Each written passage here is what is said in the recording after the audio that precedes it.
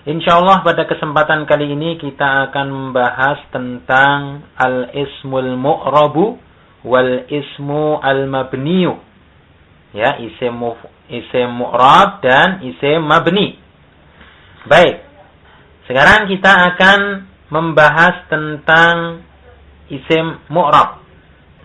Apakah itu isim mu'rab? Di sini dijelaskan bahwasanya isim mu'rab adalah isim yang dapat berubah keadaan akhirnya disebabkan oleh adanya perbedaan letak atau posisi dalam suatu kalimat.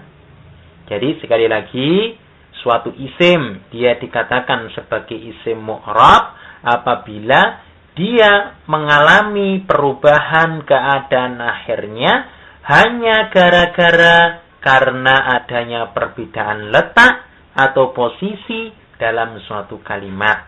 Ya, perbedaan letak atau posisi dalam suatu kalimat dapat menyebabkan perubahan keadaan akhir dari suatu kata. Ya, perubahan di sini bisa berupa perubahan harokat. Sebagai contoh untuk memahami isim mu'rab di sini, kita lihat contohnya misalnya al-kitabu jadidun. Buku itu baru. Kemudian contoh yang kedua kita bawakan contoh qara'tu al-kitaba. Aku membaca buku itu. Kemudian contoh yang ketiga kita bawakan fil kitabi qisasun. Baik. Nah, fokus kita pada kata al-kitab.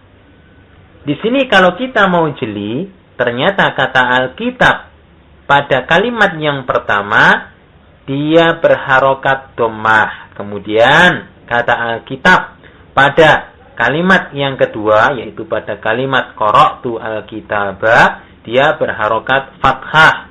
Sedangkan pada kalimat yang ketiga pada kalimat fil kitabi qisasun, al-kitab di sini dia berharokat kasrah. Nah, kita perhatikan pada kalimat yang pertama al-kitab diletakkan di awal kalimat. Posisinya di awal dari suatu kalimat. Kemudian al-kitab pada kata yang kedua terletak setelah kata qara'tu. Kemudian al-kitab pada contoh kalimat yang ketiga terletak setelah huruf jar.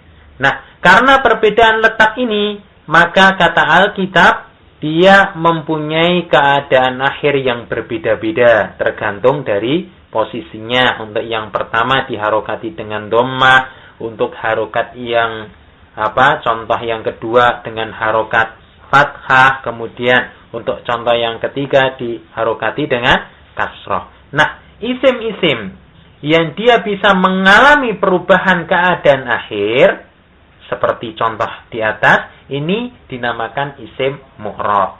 Intinya apa? Intinya kalau suatu kata dia bisa mengalami perubahan akhirnya dengan tanpa perubahan makna tentunya ya, maka kata tersebut dinamakan sebagai isim mu'rab. Contohnya al-kitab sebagaimana telah kita jelaskan.